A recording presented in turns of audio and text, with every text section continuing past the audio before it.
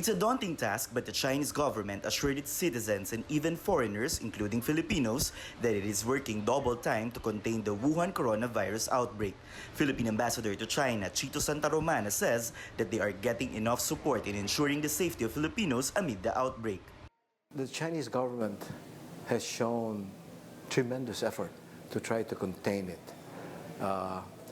This is unprecedented. They have assured the foreign diplomatic missions and also their own countrymen that they will ensure the shipment of supplies to Wuhan. Around 300 Filipinos are living in Hubei province, where Wuhan city is located. Wuhan is the epicenter of the outbreak, infecting thousands of people. There is no report of any Filipino that has been infected by the virus or that has been hospitalized. This is true not only of Wuhan, of the surrounding Hubei province, but of all of China. After the Chinese government ordered a lockdown on the city, Filipinos have started contacting the embassy for their whereabouts. Santa Romana says that there were initially 4 Filipinos registered in Wuhan, and the number rose to 150 later on. Most of them professionals, service, and household workers. Before this, a lot of these Filipinos didn't want to register or didn't register with a consulate. We only had 4 registered Filipinos before this. The Philippine envoy says that the government is ready to repatriate Filipinos using chartered flights, but they are still finalizing the number of those who are really determined to go back home.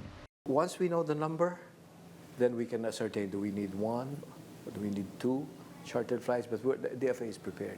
We want to give them the option. If they want to be repatriated, if they don't feel safe.